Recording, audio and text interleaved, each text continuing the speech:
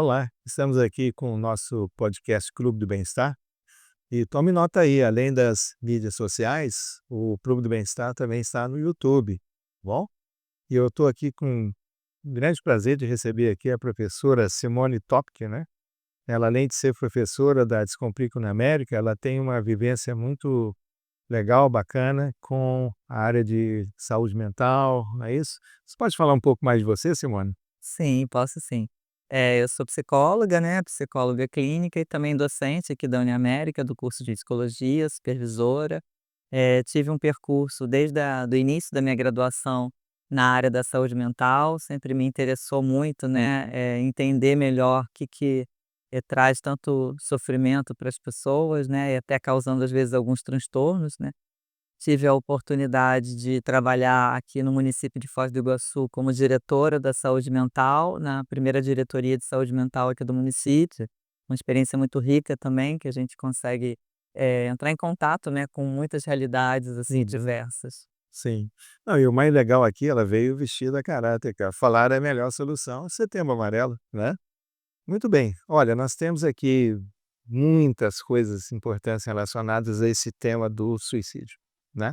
Que é até um tema tabu, né? As pessoas têm receio de falar, de comentar, né?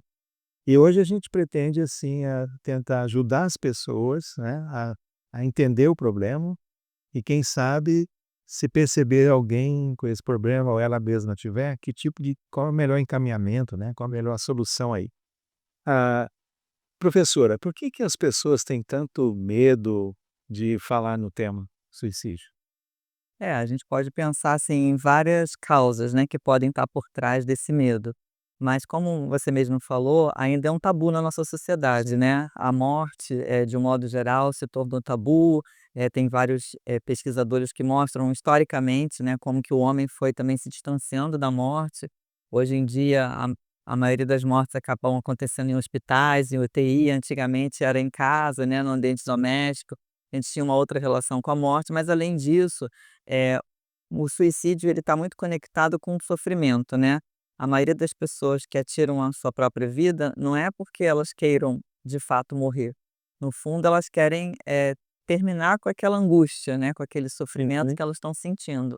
Então, na nossa cultura, como a gente não tem muito espaço de expressão das emoções, né, a gente tem um tabu muito grande, que se você demonstrar, que está triste ou demonstrar que está ansioso, ou demonstrar as emoções, você é fraco, então você não, Sim. né, então a gente tem um certo tabu, nesse sentido, então as pessoas acabam, retendo, né, Ou o que da elas estão sentindo, elas não silêncio, compartilham, né. esse medo de compartilhar e tudo. De compartilhar emoção seria fraqueza, né, a gente escuta frases como: "Ah, chorar não adianta nada", ou "O homem não pode", no homem há uma cobrança muito grande, às vezes até mistura essas questões com gênero, mas de um modo geral, na nossa cultura isso não é muito estimulado, né. Uhum. Você viver um luto, por exemplo, uma perda, né, ou término de relacionamento, a maioria da cultura fala: "Ah, passa adiante, vamos lá, esquece isso, deixa pra lá", né. E aí a gente não consegue muitas vezes expressar de fato o que a gente sente, vai guardando aquilo dentro da gente. Sim. A gente pode até dizer que a pessoa se sente estigmatizada, né, com a marca, né, eu tenho estou tendo uma ideação suicida, então às vezes ela não quer compartilhar por medo das pessoas, né. Sim, que as pessoas ou recriminarem, né, Ah, mas é um pensamento que se a gente for, de fato falar sobre isso, muitas pessoas podem uhum, se deparar com esse pensamento, né. A questão é como que elas podem, perceber, né, o quanto essa ideia está muito intensa para elas, e lembrarem que elas não estão sozinhas, e que essa não é a única saída, né. Porque, muitas vezes a gente fica envolto em alguns problemas e é muito difícil olhar por outro ângulo. E quando a gente tem uma ajuda, né, ou a gente consegue conversar com outras pessoas, parece que você consegue se distanciar um pouco mais e olhar por outro ângulo aquela situação, né. sim. Bom, eh, quando alguém está sofrendo, né, que aí tem uma dor, né, quais são os sinais que poderiam mostrar que essa pessoa precisa de ajuda ou que ela precisa buscar ajuda também? Uhum. São muito diversos, depende de pessoa para pessoa, né, mas de um modo geral você começa a observar que a pessoa se fecha mais, né, às vezes há uma mudança de comportamento mais significativa, um isolamento, algumas frases de depreciação, né, a pessoa falando que: "Ah, não vale mais a pena estar aqui", ou "Eu não vou fazer falta", ou "Eu não faço diferença". Algumas frases nesse sentido, né, trazendo essa menos-valia ou essa expressando de alguma maneira uma angústia, uma tristeza, né. Sim. Aí vale a pena ter a atenção, hein. É. Em alguns anos eu fiz uma pesquisa numa outra universidade, eu estava pesquisando uma coisa, acabou achando outras também. Mais ou menos 24% dos universitários que nós entrevistamos, foram mais de 600, eles tinham algum tipo de ideação suicida. Isso deixou a gente bem assustado, porque pouco se falava, né, então. Eh, bom, por que que os jovens parecem ser, como é o caso até da pesquisa que eu citei para você, os mais afetados por esse tipo de sofrimento? Ou não é assim que funciona? Não, a gente tem visto um número significativamente maior, né, de crianças e adolescentes, né, cometendo ou automutilação ou com suicídio, questões de suicídio. O que a gente pode assim, são vários fatores que eu acho que a gente pode pensar, né. Crianças também? Sim, acontecido episódios, né, aqui no nosso município, inclusive no CAPS infantil, né, o número de automutilação, mais jovens tem chamado a atenção, né, que não se via uns anos atrás, Entendo. nessa idade de 10, 11 anos, não era algo que acontecia, né. Mas assim, acho que a própria adolescência, né, a idade de transição da infância para a idade adulta, é já um momento de muita turbulência hormonal, emocional, há uma cobrança de definição profissional, muitas vezes, crises de identidade, choques de geração com pai e mãe, às vezes não tem uma pessoa, de vínculo, né, de confiança que o jovem se sinta confortável em se abrir. Às vezes há uma cobrança familiar muito grande: "Ah, você já não é mais criança, tem que fazer tal coisa". E é um momento que às vezes fica muito Definições, turbulenta né. as Tem que evoluir relações, né. profissionalmente, A uma série sexualidade começa a ser de vivenciada, o né, corpo está mudando. o corpo está mudando, então não você tem um luto que você vive da infância também, né, é uma transição que traz perdas. Então é de fato uma fase que acaba se ficando mais vulnerável, né, Uhum. a uma série de emoções. E como você falou, né, que às vezes a gente não imagina quantas pessoas pensam em morrer, né, só que a morte é algo que está presente no nosso cotidiano, é que a gente não fala muito sobre ela, né, a nossa cultura de fato, prefere não pensar na morte, né, nem falar sobre isso. Então acaba não circulando esse assunto de uma forma mais, tranquila e natural, né, para que se possa desabafar os sentimentos, né, e os pensamentos.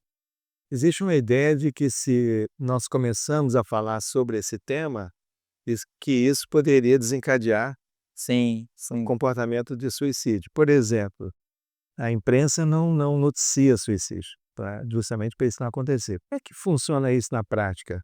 Como que a gente pode tocar no assunto e sem estimular negativamente? Assim, acho que primeiro assim, falar não significa ir ao ato, ao contrário, né, quando eu posso falar sobre algo, até é uma oportunidade de eu não ir a ato, né, se eu posso dizer: "Nossa, eu tô com uma raiva do fulano, né, queria bater nele", tem muito menos chance de eu bater nele, exatamente porque eu tô podendo falar sobre isso, né. Eu digo assim, quando nós vamos falar desse assunto com as pessoas para dar esclarecimento, temos que ter alguns cuidados, né, quais seriam eles? Acho que o primeiro cuidado que a mídia precisa ter é não fazer disso um sensacionalismo, né. Então noticiar determinadas mortes nesse sentido, gerando, né, um sensacionalismo, uma ideia, eh, Glamorizar às vezes. glamorizar nesse sentido, né, como um ato heróico, isso pode incentivar que muitos acabem, decidindo por esse caminho, enquanto que não precisa ser esse caminho, existem muitas possibilidades de escolha, né, quanto mais a gente, flexibiliza os nossos pensamentos, os nossos conhecimentos, mais a gente tem opções de escolha, né. Quanto mais a gente estabelece relações interpessoais. Então, hoje também pela questão do virtual, da internet, muitos jovens estão ficando muito isolados, né, sem esse olho no olho, esse corpo no corpo, esse contato com as pessoas que também nos ajuda a desenvolver, né, flexibilidade, né, E nas muito fácil, relações. né, se comparar com os outros também, né. Sim, sim, e cria um padrão idealizado, a mídia idealiza muito, né, quer dizer, como se a vida da pessoa fosse As perfeita. próprias mídias sociais, né. Sim, Tem um as redes processo de sociais. idealização É. aí, criando até algumas síndromes novas, né. Sim, sim, sim. E aí como fica tudo muito no imaginário, muito nas imagens, né, você acaba não, se conectando com a pessoa no real, assim, no concreto, né, e isso dá margem a muita imaginação, né, e aí você não lida mais com o concreto mesmo das relações, isso pode trazer muito sofrimento, porque no imaginário cabe tudo, né, você pode imaginar coisas que o concreto da vida traz limites, e isso dá um conforto também, Sim, né, você achar que pode ser tudo dá uma angústia muito grande, né. perfeito. Bom, aqui estou com uma pergunta aqui um pouco complicada, que é o seguinte: vamos supor que eu percebo que alguém está sofrendo, né, e aí, como é que eu posso me aproximar sem julgar, sem dizer nenhum tipo de coisa errada para essa pessoa, de que ela precisa de ajuda?